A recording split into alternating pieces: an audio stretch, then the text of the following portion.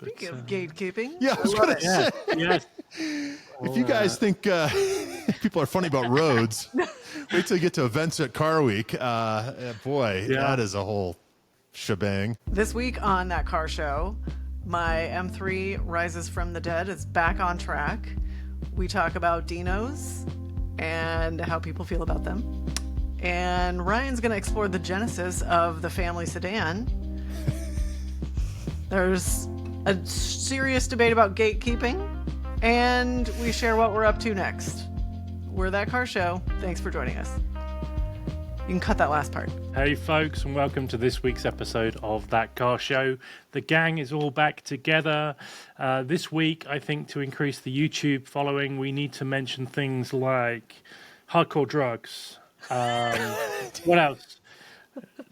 What else do we need to mention to get that algorithm Human going? trafficking, cartels, car theft, AK-47s, politics. We should get into politics. yeah, and then maybe religion. So the inside joke there is that we're on YouTube as well as obviously all the different Spotify and Apple and everything else. But our YouTube channel kind of blew up because I think we had the name cannabis in the title of the last week's episode. So that or Brian's got a lot of friends. Yeah. Yeah, maybe that's why not both? Maybe that's it. Crack the code. Yeah. Good to have another cruise show this week, and good to see you folks. What have you guys been up to? I'm fresh off a track day today. Was that the M3? Yes, it was back out on track for the first time in at least 6 years, but probably more. Yeah. So Performance, which is the driving school out at Pacific Raceways, and they're in Kent, Washington, but that's the local track for the Seattle area. This was their 23rd year doing a women's track day, and they call it Women Setting the Pace. And so Don and Donna Kitch run the school, and their daughter Sienna is now in charge of marketing, I believe. And so they were running the event, and they did a little kind of look back retrospective of the school and how they got started. And Donna said this was their 23rd year hosting. She said it took, when they first started doing it, there were so few women participating that it was like a couple women and then the rest were men. And she said it took 10 years to get to the point where it was enough women for a full event dedicated just to women. But this year they had 2 full days, sold out both days. So, and it was like when I pulled into the paddock this morning, I went, oh my gosh, it's busy, which is a good sign. So it was really fun. I was able to take the M3, which was really cool, and thanks to my super amazing fiance, obviously, for all of his effort. We discovered tonight that the PPF that he finished taking off yesterday, which looked like it was a science experiment, the PPF was put on the car in 1998. Oh my God, they had PPF in 1998. Well, and so I have the original invoice because the original owner is the one that put it on. And PPF wasn't a common thing like it is today in 98. And it was not even close to the full car. And it was $450 in 1998. Wow. That just sounds like a big roll of sellotape, isn't it? You would think. Well, and we discovered it was on the headlights too, because they looked like they had just, plastic. It looked like they had just clouded over. And then he was like, wait a minute, this is PPF. Peeled it off and the headlights look good as new. This story is a hell of a guy. I've got a couple stalled projects around my place. If you want, I'll send him to Denver as soon as he's done here. So expect him in like 3 years. Well, if you don't know, this car sat. This was your old track car, E36, awesome silver 4-door M3, and it had literally been sitting for how many years? It was parked in 2019. 2019, and then I have towed it with me as I've moved in the intervening years. Wondering why I was dragging this giant automotive paperweight with me and like questioning, but thank goodness I did because it runs better than it ever has in my entire ownership. And it was really cool to be out on the track in it today because when I bought it, I was so determined that I had to find a 4-door so I could take people in it. And then after that, I got into high performance driving and the car evolved into a track car. It now has no back seat. It has a half cage. So needless to say, I'm not taking people in it, certainly not in the back seat. And it was really, really fun. It was fun to be out on the track, period, because it's been very sporadic for me in the last few years. and most recently it's been out at Big Willow. So it Yeah. had been the last time I was out at Pacific. Donna and I were talking about it. I think it was 2022 for another Women's Day. So it's been a few years since I've been out on track there. I've been at Willow in the meantime, but it was really cool because the driving line came back really easily, like the muscle memory.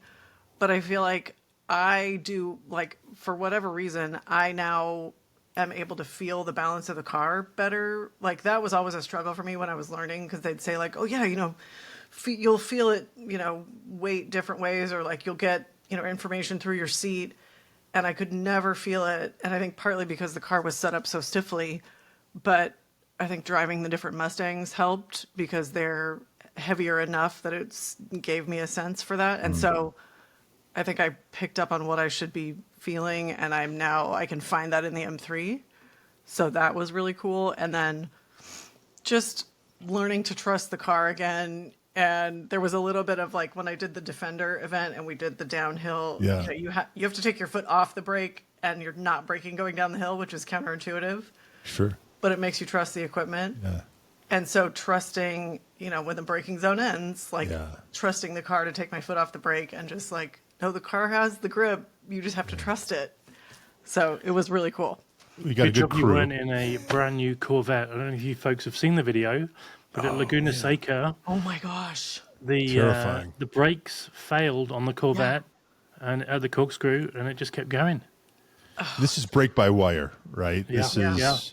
So what went wrong? It's This was part of the discussion. a line of code. I mean, what had they been modified? I mean, Apparently, because there's this a wouldn't recall. happen in a 30-year-old E36. Which, by the way, when did Yeah. E36 get to be 30 years old? I don't know, because I'm only 35, so that math doesn't. No, it doesn't work. So what's the consensus? Sorry, on the Corvette. Like, what? Can you describe what happened? Because it was a very dramatic video. Yeah, so at the top of Laguna Seca, so you ascend up to the top of the hill at the track, at the far back of the track, and then you come face to face with the corkscrew, Right. which is a very high gradient, left turn, right turn that takes you down through part of the track, but at a large elevation drop. Yeah. So at this first corner, instead of turning left, you obviously brake to make the corner. The car kept going on, went through the sand track or the stone track, and just completely fell apart. Luckily, the guy driving it walked away, Right. but it's not, it's all trust in that car is gone. Yeah. Well, yeah. and I think the video was so dramatic, and obviously it looked like he was going to be seriously injured, if not more. But yeah, the entire right side of the car slammed into the tire wall, like almost at speed. Because like you said, Dan, like the dirt didn't slow him down at all. And I think, correct me if I'm wrong, but it's the back straight going into the corkscrew. So you've built up a lot of speed, and then you need to brake. And so not only did he not have brakes, but he had built up more speed than other portions of the track, I think. So it just exacerbated it. Yeah, you are going uphill before you hit so you do lose a little bit of speed. But I'm curious then, so now the PPF has gone, does that mean it's time to put a livery on that BMW? And I think our listeners should tell us what livery you should put on that car. Oh, I like that idea. Yeah, send in your submissions. I want to see, and then we'll pick a winner. It was I am, Keep it clean. If we're Or not. if we're saying like anything's on the table, I am partial to the Mercedes that Tori and I saw that was covered in purple Muppet fur at Crystal Cove in April. I mean, That's just going to mess with your aero. it's not good. And we saw the day we saw it, it had been raining, and I'm like, ooh, if that's ever an advertisement for don't cover your car with fur, because it rains. Yeah, no, definitely considering like some M stripes or something at a minimum. But I'm open to people's amazing ideas. So let's hear it. Yeah, there were quite a few famous BMW liveries, right?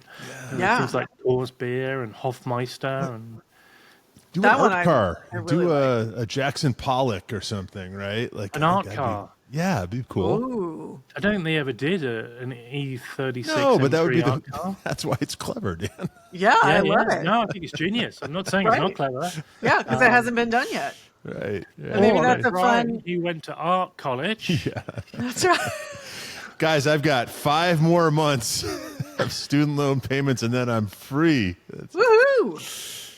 I'm So 50. I'll be turning. It's the day I turn 50. Well, no, I will have been 50 for a couple months when it's all said and done. Close enough. Good enough Yeah. for government work. So I think maybe, yeah, I try to do like an art piece anytime I move. And so maybe this time the art piece is something that moves. And that's the family art project this summer.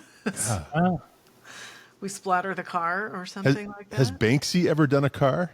Could you do something like terribly ironic that, with commentary on like the state of the world? And Just tape a banana 2025? on the roof and see how long it lasts. There we go. There you go. And then put it Not through a Banksy. shredder. Yeah. Then sell the pieces. And then, When you're you an artist. accelerate, the shredder runs. And it's Yeah, just like, Yeah.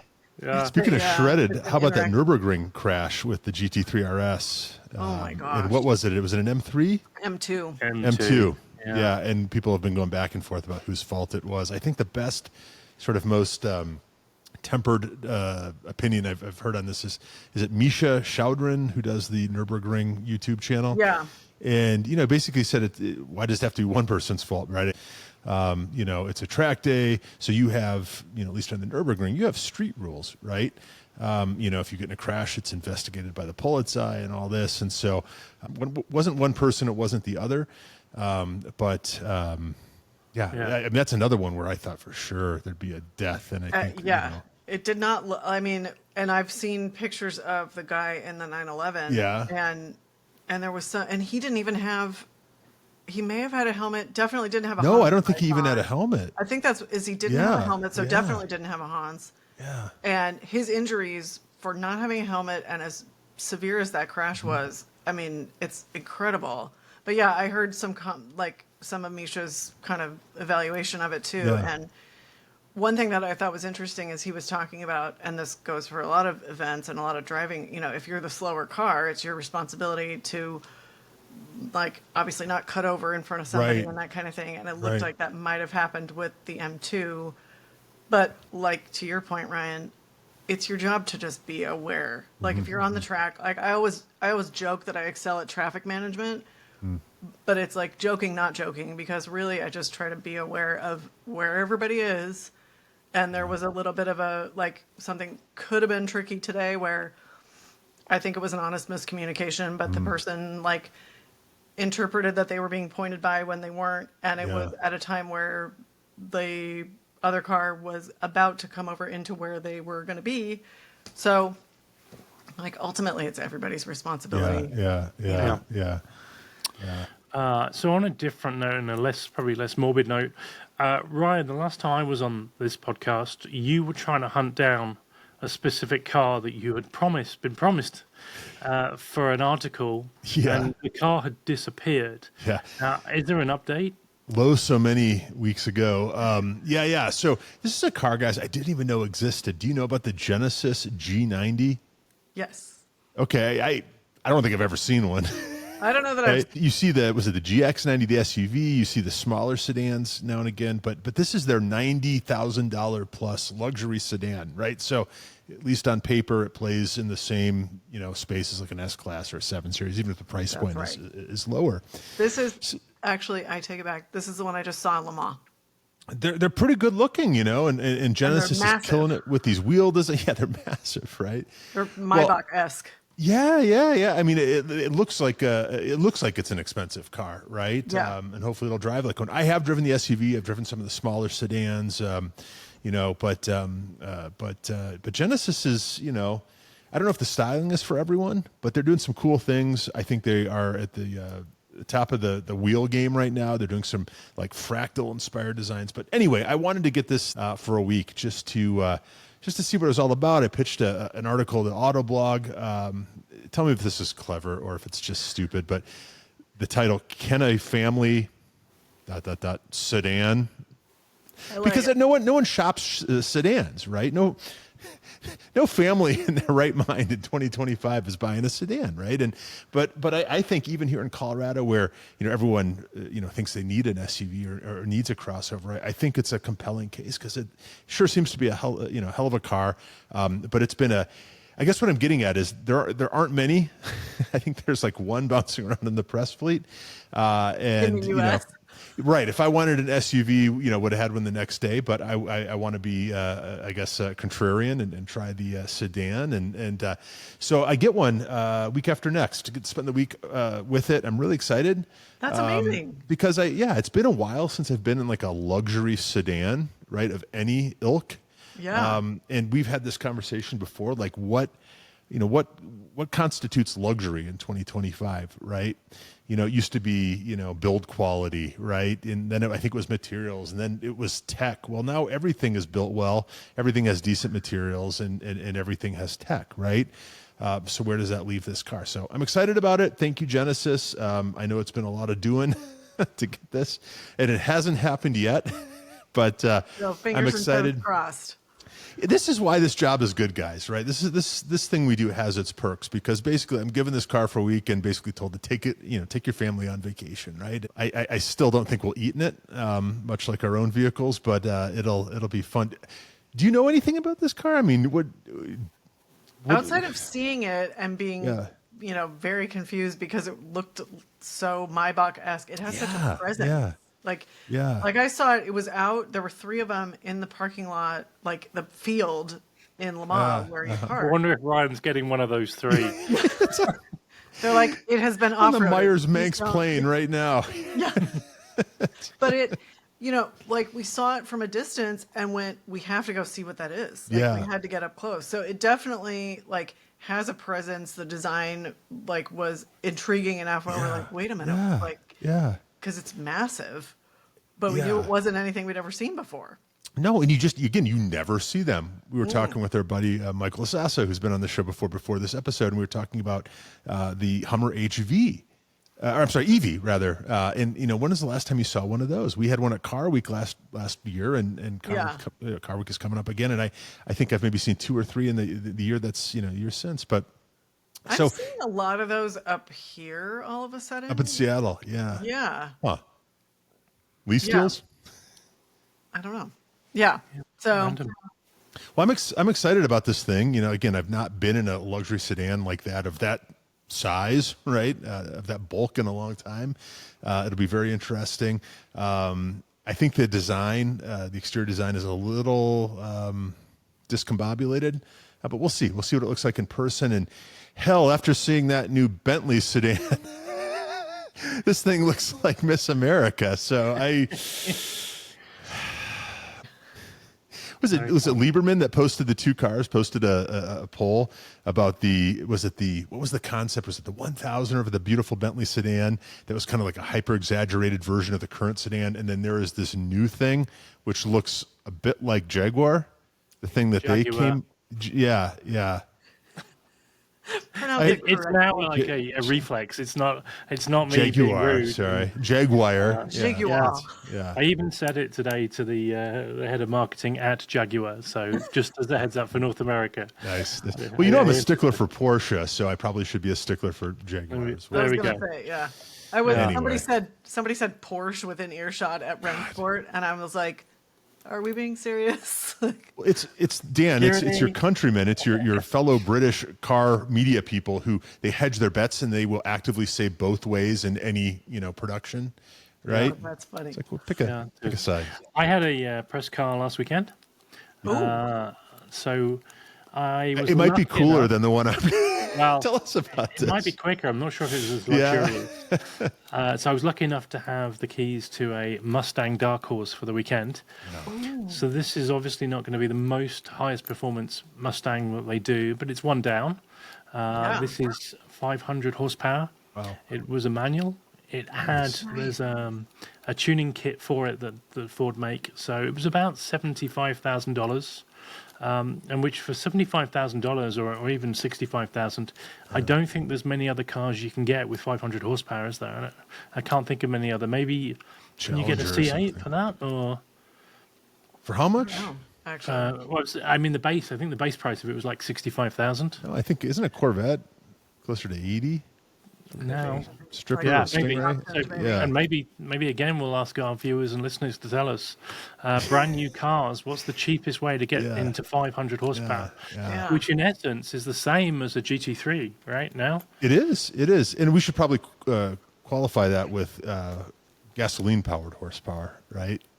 Because I Versus think there are electric probably or- some, Oh, that's true. yeah, probably some Yeah. electric deals, right? Which Yeah. would qualify. which would but- get you in. That's a really good point. So anyway, I Not had the this same. car for the weekend. Yeah. So, what did you think? So it was good. I did a lot of canyon carving. So I don't know. Have you guys been to the Rock Shop? No. Only seen So it in this- pictures. Yeah, this is a location up in the Malibu Hills, and it's a diner, coffee, but it's not a big place. But all around there are some fantastic canyon driving roads. This has been a bike destination for a long time, right? Like Yes, Harleys. motorbike. And, yeah. Yeah, okay. yeah. It's a big bike location. Cool. So it was manual. They do an automatic as well, but I had the manual one. That's super fun. I guess my high-level commentary is the car makes you work for it, but it's worth the work. mean, It's as it more should of a be, workout right? than a Porsche, right? Yeah, okay. You're having to find your gears. You're having to, really manage that weight because it's a heavier car. Yeah. Yeah. But it was a lot of fun. I don't know, Lindsay, have you driven a Dark Horse? I haven't, but I was thinking when you were, it sounds like it may be the modern equivalent to like when they came out with the GT350R because it was in that price point. Yeah. And as far as like getting a performance car for that price, that was one of the few at the time. And maybe it sounds like that's the current It's the offering. natural Yeah. progression. But I love that you had the manual. You drew a GT3 comparison. Would this sort of be the GT3 to like the GT's Carrera S? Because what are you getting over the GT, I guess is my question. The extra GT3, dough. I mean. You mean the GT, which is the V8, right? Right. So you're getting better handling. You're getting a different gearbox because you can get, I think, the V8 in a. But this is what's the right name of it? Traumatic. No, Oh, it's very traumatic. Tremec. That was Tremec. just- Yeah. Traumatic. Yeah. It was traumatic for my passengers, but it was traumatic. Who was your Traumatic gearbox. passenger, Dan? Like, That good was on them Freudian. for. Freudian slip. Yeah, various people that wanted white knuckle rides, but you get a better gearbox, better brakes. It's got big Bosch brakes. Is it Bosch? It's not Bosch, is it? Oh, Brembo. It's, Brembo. Yeah. I need That to. was Spark But Bosch makes a mean fridge, I'll tell you that. There we go. Yeah, the brakes. They used to make spark plugs. There we go. Yeah, Oh, that's right. But In not very Germany, good ones, even. right? Yeah. But it was a good car. Like I Yeah. think Ford have done a really good job with that car. I think it's a car that will appeal to people that like muscle cars. Hmm. I think people that are looking for something a little bit more. I mean, I guess it was like a sledgehammer versus a scalpel. Yeah. So if you want a scalpel, you're looking at something German. If you want something that's got and it gets a lot of looks on the freeway as well. People are like, people in older Mustangs are really giving you the thumbs and. Yeah, it was good. There's a fun. big wing and all this, or Yeah, or big what's wing on the back. Yeah. Big. If you look at it, it almost looks like a horse from the front because it's got big nostrils for air intake. And I think it's the first time that a Mustang has had a badge that is a head-on picture of a horse. Ah, Yeah. right. It's always been the side profile. It's always had a Yeah. flattened horse going the wrong way in years past, right? Careful. That was always bothering me about the Mustang. Why is it going to the left, right? We all know that to the right means forward progress, right? Yeah. So this car is for Ryan. So what did you think when you were driving in the canyons? How did it feel? Did you notice, did it feel balanced and responsive? Did you notice the weight shifting a lot? Like, what was the feel in the canyon? Yeah. I liked the way the car rotated.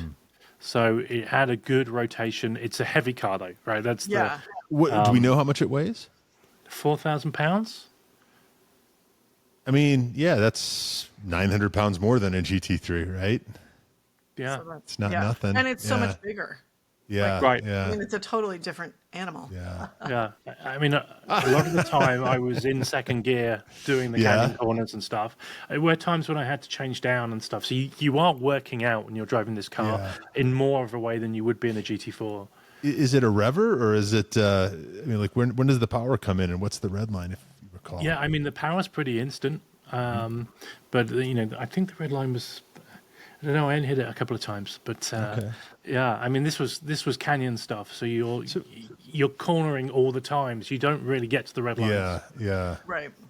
You're shopping for a car, sort of in this. Yeah, Class, I I mean- test drive a 4.0. So last time I think I was on the podcast, we were talking about me looking at these Boxsters, Yeah. and I did test drive a Boxster 4.0, but it wasn't the right car for a number of reasons. And Tell I us think everything. for me, the first thing is really important is the dealership. So before I've even got to the car, and I won't say which dealership, but I didn't feel comfortable in the dealership, which I think psychologically doesn't set you up to want to buy a car. Yeah. No, No, they it's put true. you You on get on edge. the defensive Yeah. right away. Yeah. And then I got to look at the car, and there was a whole load of body damage, which they'd very cleverly hidden in the pictures. No. Really. On the bottom skirt, they'd hidden in these pictures. So I still took it for a test drive. It was the PDK. I want to try the manual next because I don't think the PDK is right for that car. I think it's right for other cars, but not that car. Yeah. So, Yeah. but it's all a great experience, isn't it? Yeah. Well, I you like learn the something idea of every you. time. Yeah, I like the idea of using a GTS 4.0. And I understand that they're actually more rare than the GT4. Maybe you told me that. I can't recall. But it sure seems like a lot of them have been wrecked for some reason. A lot of them seem to have branded titles because once you started talking about driving this car, then of course I went down the rabbit hole because I'm not shopping for anything, so I have to live vicariously through my friends like you.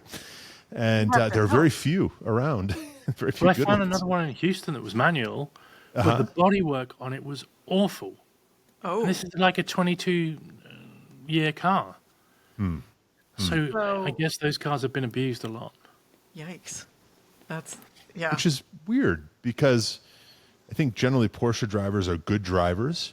And I think that's proven by insurance rates. Yeah. Right. Yeah. So, I would, I think, I don't know, maybe the tables are turning and the Mustang is the, it's the value proposition. So, insurance-wise, like, watch this. Or there's Maybe- something about that model that attracts people. That's weird because you have think it trouble. might be the GT4 just because of the wing or whatever, but that's interesting. Well, but in terms of like actually being able to get into one of them, I don't know. Maybe that's, Yeah. I don't know. So Well, we'll keep looking.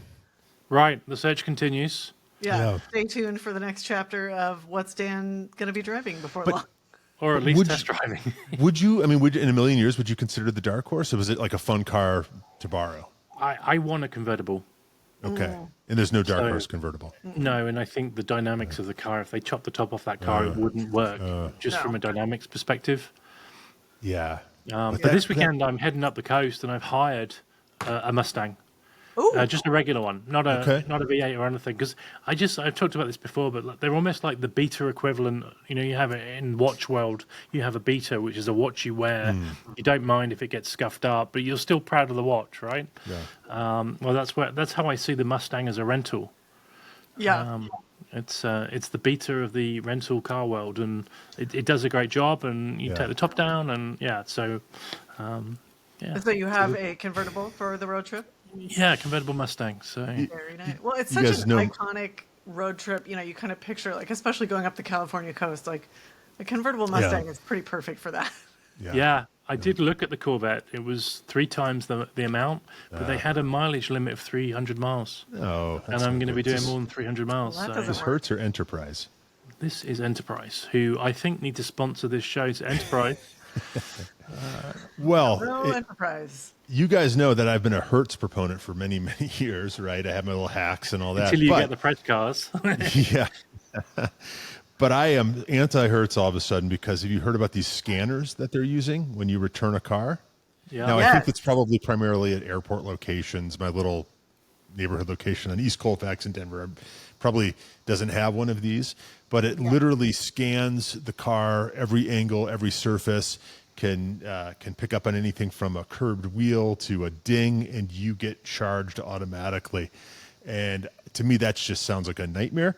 I'm always the guy out there taking my own video and stuff, but how do you argue against that without trying to do a chargeback on your credit card or something? And I've heard the argument too, like it's a rental car, right? I mean, it's going to pick up a scuff or two. I don't think what was the Seinfeld episode where Jerry's at the counter and he's trying to get a car and they're giving him crap or whatever, and he finally gets one, and and the lady says, drive safely, and he says something to the effect of, well, I'm going to beat the living crap out of this car, but I think that's kind of the mentality we all go into with a rental car to some degree. So Well, I or don't there's know. an element of like stuff happens. Like because part of travel is you're in unfamiliar right like, parking garages and Right. streets and all of that. And I think you can be the most conscientious driver ever. You're in a car that's likely not familiar to you. Yeah. With dimensions that you're getting used to, and you might be in a, especially if you're in a city, stuff happens. Yeah. And yeah. so it takes out the element of like, if you want to go in and say like, hey, I did curb the wheel, I was in this weird garage, or Right. like Right. takes out the ability to discuss Right. it and sort of find an amenable solution for all parties. Right. Right. And a curved wheel is one of those things you could traditionally get away with, I think, in a rental car. Yeah. But not anymore. But of course, Hertz will say, "Well, just buy the comprehensive coverage, and we're Of course, good, and right?" that's going to help pay for the scanner. That's all. Isn't it? Yeah. I once drove a Maserati Quattroporte over a concrete bollard in a car park. I didn't see Really? it. Yeah, I didn't see it, and I just had this massive Oh, crunch. dear. Luckily, I had the full insurance, so I was fine. Nice. But that Well, was an interesting And conversation. thank you for your time. You talk about not knowing the dimensions of the car. The last time I had a V8 GT, Ford GT, Mustang GT rental car, we had a hailstorm coming, and I was going to try to stick the nose of it, at least in my garage, while this hailstorm that never came was supposed to come. And I, because I just had no idea about the size of the car, and I drove it right into the bumper of my old Cayman, and it had two little marks from the license plate on the Mustang GT that I was out there with a hair dryer. And I could never get over those two little marks from the. Well, especially when you're trying to do the conscientious thing and prepare for the weather and protect a car that's not even yours. I know. And then That's for what the I weather get. to never even arrive. That's Yeah, like, yeah. come on. And that's the difference between a 3,000-pound car and a 4,000-pound There car. you go. Now you know. Exactly. I had I was talking last weekend at a cruise in, specifically about some of the events that have happened over the last week in Los Angeles, and in particular there was a death on the Crest Highway, Yeah. and it was on a Friday, and by all accounts the person that passed was heading to Good Vibes Breakfast Club. And the reason I raised that was because the conversation I had about that with these people were regulars at Good Vibes, and they were actually attributing part of the blame for the popularity and how Good Vibes has become more successful to the Road and Track article. Was it Road and Track or Car and Driver? Car and Driver? Farrah wrote, yeah. I think it was Road and Track. Road and Track. Yeah. Road and Track. And they said that had it not been for that article, that the location, the event wouldn't have become so popular. And sometimes well-kept secrets should stay well-kept secrets. Ryan, I know you and I were talking earlier in the week, and you mentioned that you had been on this fantastic road and that you really wanted to write about it, but, are you betraying your fellow car lovers?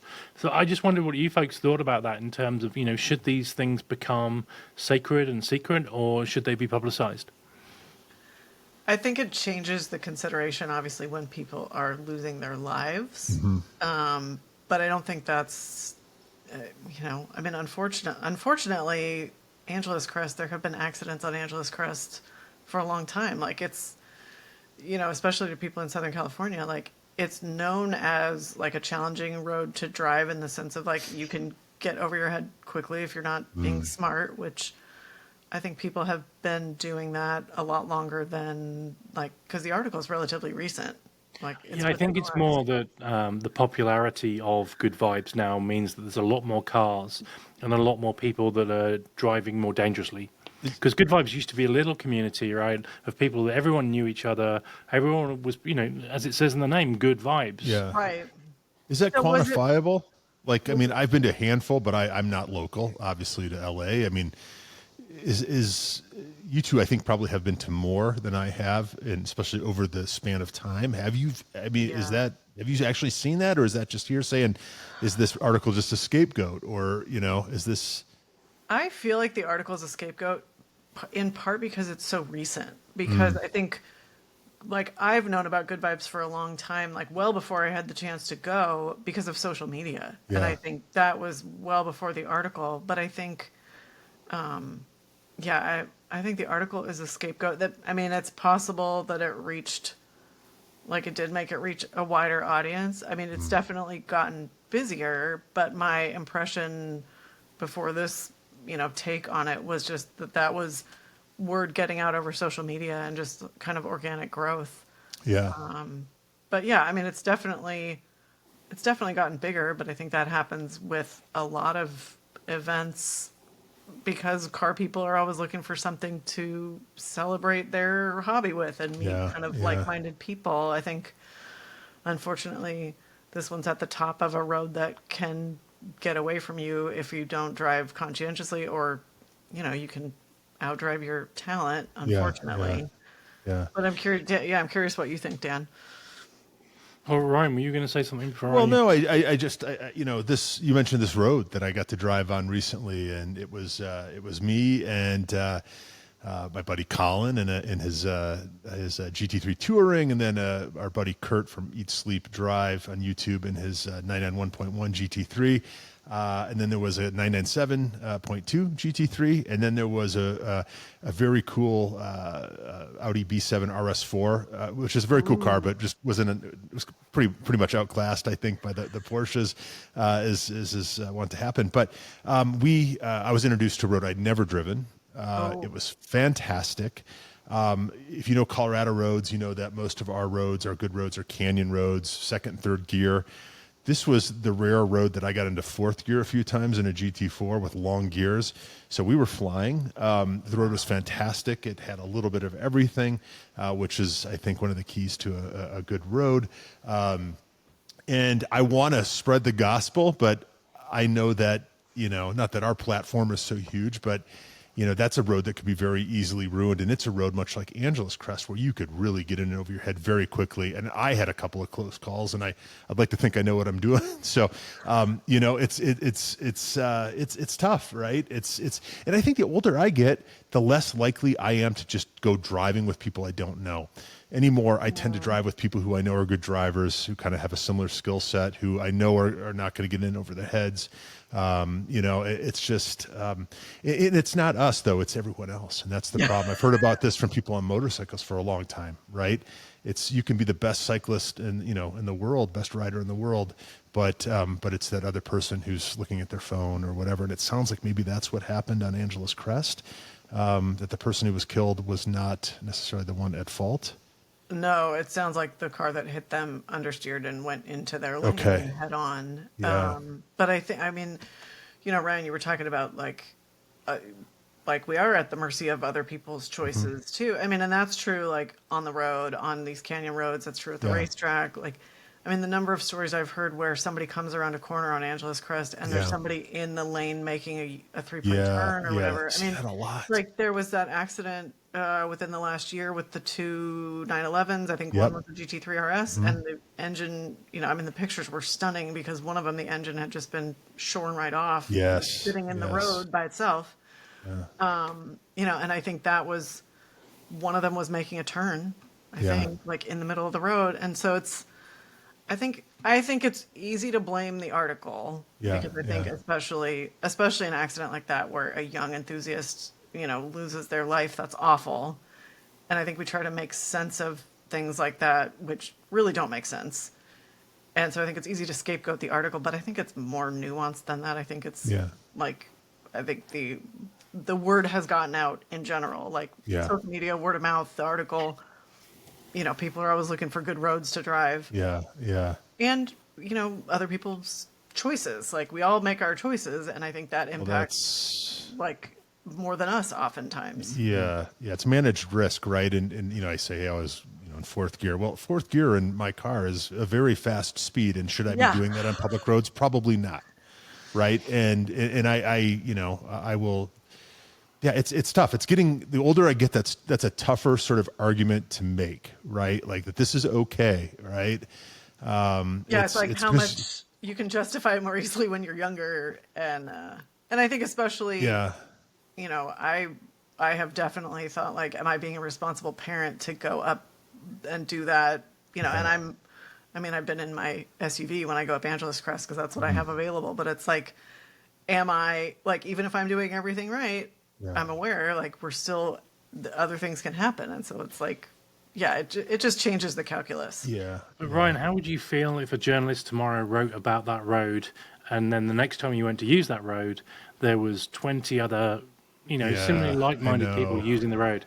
I know. And I'd like to say it was altruistic, but it's purely a selfish thing. I think that I wouldn't want that.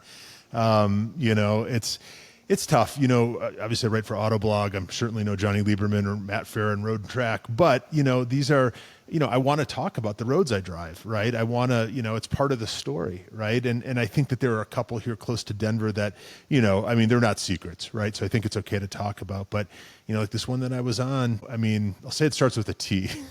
If you know, you know. If you don't, you won't. The fact that you had never been introduced to it, as much something, driving as you do right? in the area, and as long as you've lived there, like that does speak to like it's a less well known than some of the other ones. Yeah, I'd be a little pissed. I think I don't want to dump on Matt Farah because I feel like it's not like he uncovered a secret. We're dumping on. It's more the emphasis of like letting secrets become non-secrets through different mediums, right? Yeah. But I think it kind of goes to like, I think that's such an intrinsic element of the car community is like we find each other because of the love of cars and driving, and I think a big part of that is like, sharing our cars, but also like check out this amazing drive I just did. Yeah, like that's such a part of it. And I think it's easy to point at the article because it's very visible. But it's think of the number of conversations you have. Here's the compromise, right? Ryan, you drive it in the Genesis, you write about it, and then people will either want to read it or not. Yeah, I know. And that's the thing. You have to tell the whole story, right? Yeah. And here's the other argument. It's kind of a term du jour, but gatekeeping. Right. Who are we to decide, okay, I'm going to enjoy this. Now I'm going to shut the door. Right. There's that too. I think that, because it changes the hobby if we suddenly get like hoardy about like, well, this is my road. And if you think about it, that's like very contrary to the essence of Good Vibes, which Jay and Nicole obviously went to great pains to say like, this is not an official, it's not a club, it's not anything. It's just like, we're going up, and if you're up there and you're like-minded, we're very happy to have you. Like it's all love, and so it's interesting, or it's like ironic, like definitely thought-provoking to think that like even some things started with that intent that wasn't like they didn't start it, something that has grown. And this is nothing new. Think about like Mulholland Drive back in the day, right? There were organized races. What's that, Dan? That's Tail of the Dragon. Tail of the Dragon. You could say that jumped the shark, right? The dragon jumped the shark a long time ago. And then, of course, the argument is there are better roads, miles from that, right? It's tough. It's not a new argument, but cars are faster than ever. More people have access to performance than ever. But I guess who are we to police it? But at the same time, it's I don't know. It's a tough. I think if anything, road to walk. The sort of call to action or like the hope is, just kind of hammering home the like, leave your ego at home if at all possible. Like, just because if people start not enjoying it responsibly and people are getting hurt obviously and killed, that ruins it for everybody. And it's the same, like on a non-fatal scale, it's the same idea if you look at Malibu Kitchen. Like that was an amazing Cars and Coffee. It got popular and it got shut down. Like look at like it's sort of cyclical. It's just unfortunate that Good Vibes is now experiencing an element of that too. Once it's no longer underground, right? It's because but something else will replace it, right? Or maybe even those same people will end up going somewhere else, the OGs or whatever. It's just. So on Friday at 7 a.m., I'll be at the Rock Shop, and if anyone wants to join me, I won't be in a Mustang this week, but Dan's the new Pied Piper of the LA car scene. The Rock Shop is where it's at. That's cool. I've never heard of that place, so I'm excited to check it out. There's canyons around it. There's two different routes. Really good routes. I'm excited to explore.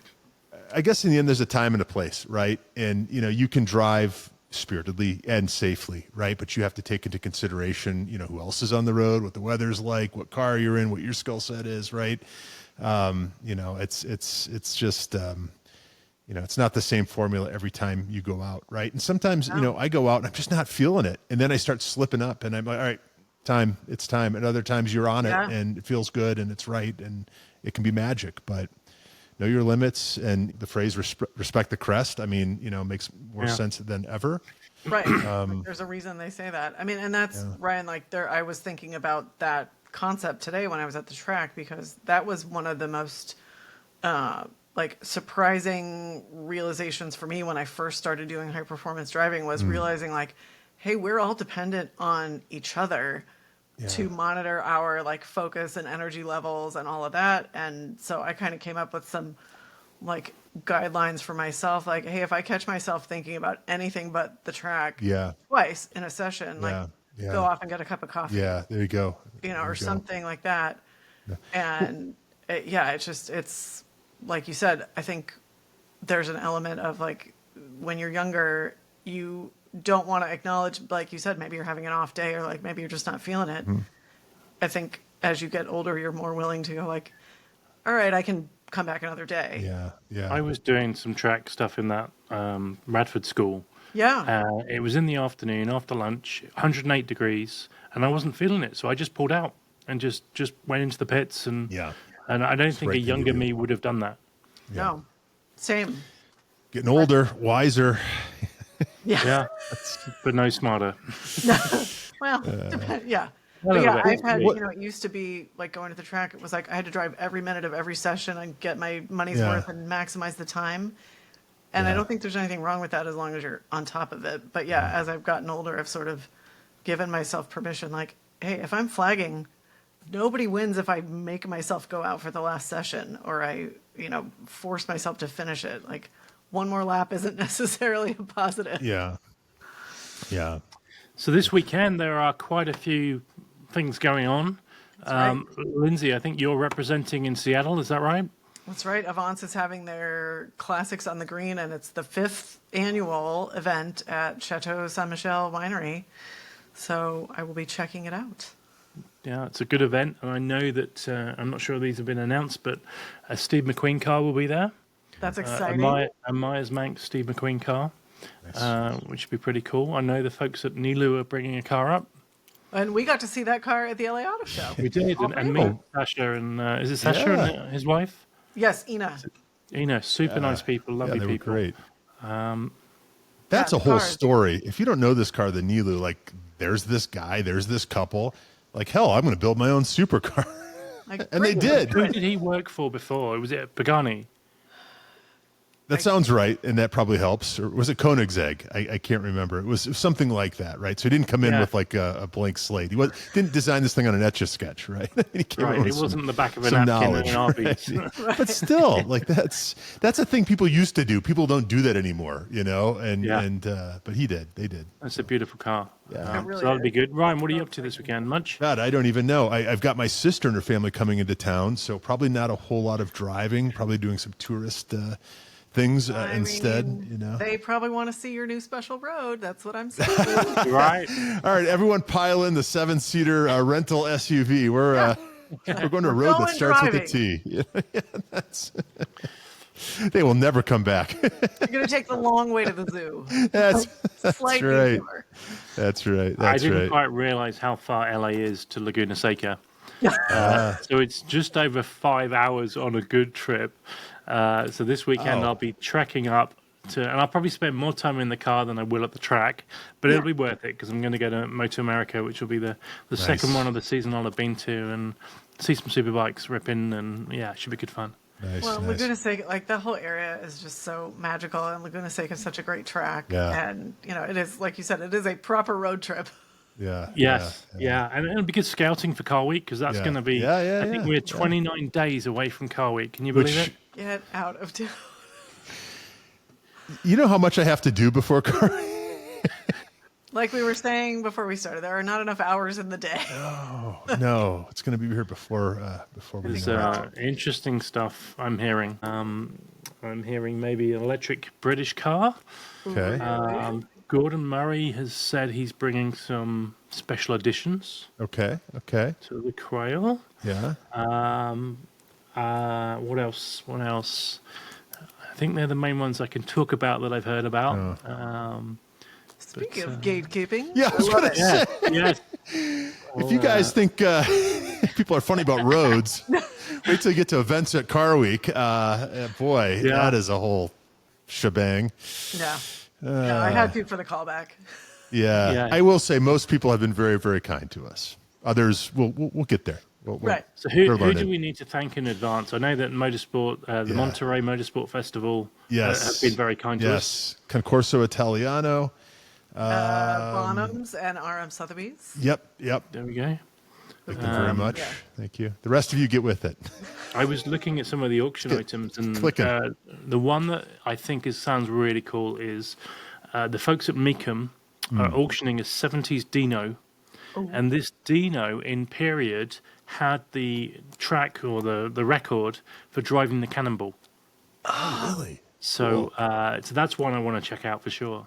Yeah. That's super cool. Do we like the Dino? I mean, of course we like the Dino, but what I don't like about the Dino is it's now a very expensive car that not that long ago was five-figure car.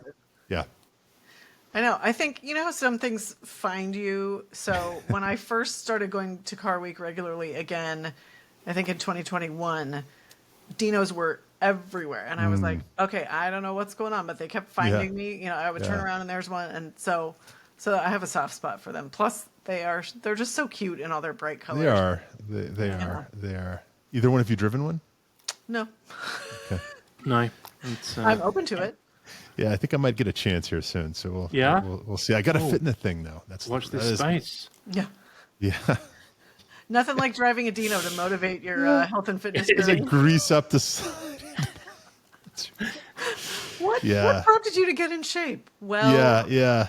I thought it was going to be Car Week, but that hasn't played out like I'd hoped. So it's been another year of sweating on the promise green of the Dino. pebble. Yeah, with Cindy Crawford. Right. Shoot. Anyway. I love it. Yeah. It's a good time. Can't wait. Show? Is there anything else we wanted to talk about? I feel like we should end on something uplifting. Maybe it'll be this. Maybe the plea to our listeners. It's very important that you like and comment on every platform. Like and subscribe. Apparently, we're really taking off on YouTube, which is great. But don't forget about us on Spotify and Apple Podcasts. It is not the listens, it's not the downloads that get us on the charts. It is the likes and more than ever the comments, as we learned earlier today. So please take a moment and make sure you do that. Follow us on all platforms, comment, rate, review, all that kind of stuff. We appreciate it very much. Share your thoughts on all of the topics that we have covered today. Right. Absolutely. What's Lindsey going to have on the side of her car? Right. Yes. What do we think about whether these best kept secrets should stay best kept secrets? Yeah.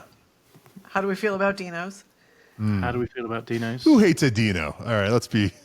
There was a purple one. I mean, it still exists, but there was one that was kind of making the rounds, and I think Broad Arrow was auctioning it 2 years ago, and it was just the cutest thing ever.